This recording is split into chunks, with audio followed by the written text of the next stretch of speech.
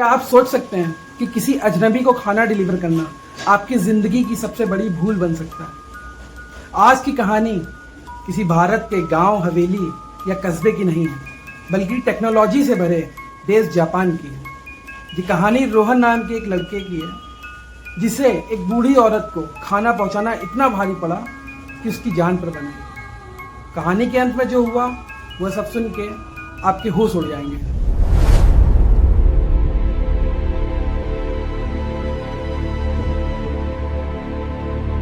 रोहन पंजाब का रहने वाला था। उसका सपना बचपन से ही बहुत बड़ा था। वह जापान जाकर अपनी पढ़ाई पूरी करना चाहता था। मिडिल क्लास फैमिली में होने के बावजूद उसके माता पिता ने कहीं से कर्ज लेकर उसे जापान भेजा। वहां जाकर अपने खर्चों को पूरा करने के लिए, कर्ज चुकाने के लिए रोहन ने 2018 में एक रेस्टोरेंट में पार्ट टाइम नौकरी शुरू कर दी। रोहन दिन में कॉलेज जाता और शाम को 7 से 12 बजे तक रेस्टोरेंट में काम करता।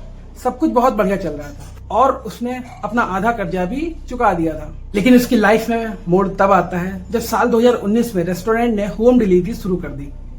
वह सबसे नया था, इसलिए उसे रात में आखिरी डिलीवरी देने जानी पड़ती थी। एक रात करीब 11:30 बजे एक ऑर्डर आया, जिसकी पेमेंट पहले ही ऑनलाइन हो चुकी थी। रोहन अपनी साइकिल उठाकर लोकेशन पर पहुंचा।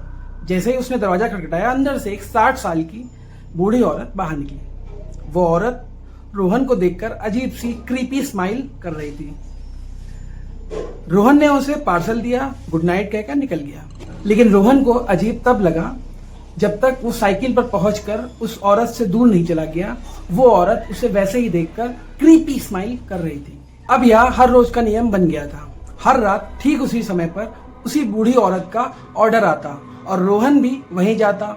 औरत हमेशा रोहन को उसी डरावनी मुस्कुराहट के साथ घूरती रहती। करीब एक हफ्ते बाद उस औरत ने ऑनलाइन पेमेंट की जगह कैश ऑन डिलीवरी का ऑप्शन चूज किया। रोहन जब पैसे लेने पहुंचा तो औरत ने कहा, अंदर आ जाओ, बैठो, मैं पैसे लाती हूँ। रोहन डरते डरते अंदर बैठा और औरत गई अंदर, लेकिन पैसे की जगह वो एक जूस का गिलास लेकर आई और बोली, इसे पियो, तब तक मैं पैसे ढूंढती हूँ। रोहन मना नहीं कर पाया और उसने उस जूस को पी लिया। पैसे लेकर जब रोहन बाहर आया तो उस रात भी वो औरत रोहन को उसी तरीके से घूर रही थी। उस रात लौटते समय भारी बारिश हुई और रोहन भीग गया। रोहन इतना ज्यादा भीग गया था कि उससे अगली सुबह बिस्तर से उठा ही नहीं गया। उसका सिर, कंधे और इतना भारी हो गया कि मानो कोई उस पर बैठा हुआ हो। उसे लगा कि ये बारिश में भीगने की वजह से बीमार हुआ हूँ। फिर वो 2-3 दिन अपने रूम पर ही रहा। हैरान करने वाली बात यह है कि जितने दिन रोहन अपने रूम पर रहा, रेस्टोरेंट नहीं गया, उतने दिन उस बूढ़ी औरत ने कोई ऑर्डर रेस्टोरेंट में नहीं किया। तीसरे दिन जब रोहन काम पर लौटा तो फिर उसी औरत ने ऑर्डर किया। रोहन की तबीयत ठीक नहीं थी, इसलिए उसने अपने एक साथी को पार्सल लेकर जाने को बोला। जब वो उसका साथी बूढ़ी औरत के घर पहुंचता है तो औरत ने खिड़की से देखा और पूछा, रोहन कहाँ है?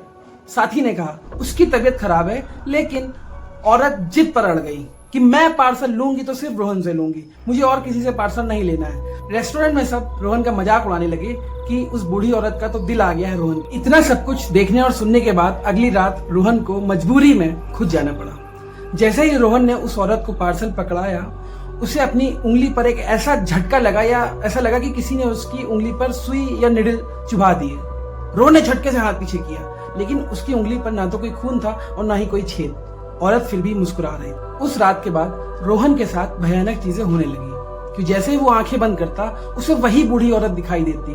वो रात भर सो नहीं पाता। दूसरी रात को तो अचानक आधी रात को रोहन उठा और चिल्लाने लगा कि मुझे उस औरत के पास जाना है, मुझे अभी जाना है, मुझे अभी जाना है। उसके दोस्त डर गए। कैसे करके रोहन को उनके दोस्तों ने चुपचाप शांति से सुलाया उनको कि रोहन अब शांत हो गया है, थोड़ा आराम कर रहा है। लेकिन जैसे ही रात लगभग 2-3 बजा, रोहन चुपके से उठा और साइकिल लेकर उसी औरत के घर की तरफ भागने लगा। दोस्तों ने फिर उसका पीछा किया और उसे पकड़ लिया। वो समझ गए कि यह कोई सामान्य बीमारी नहीं है, बल्कि यह एक काला जादू या फिर रूहानी मामला है।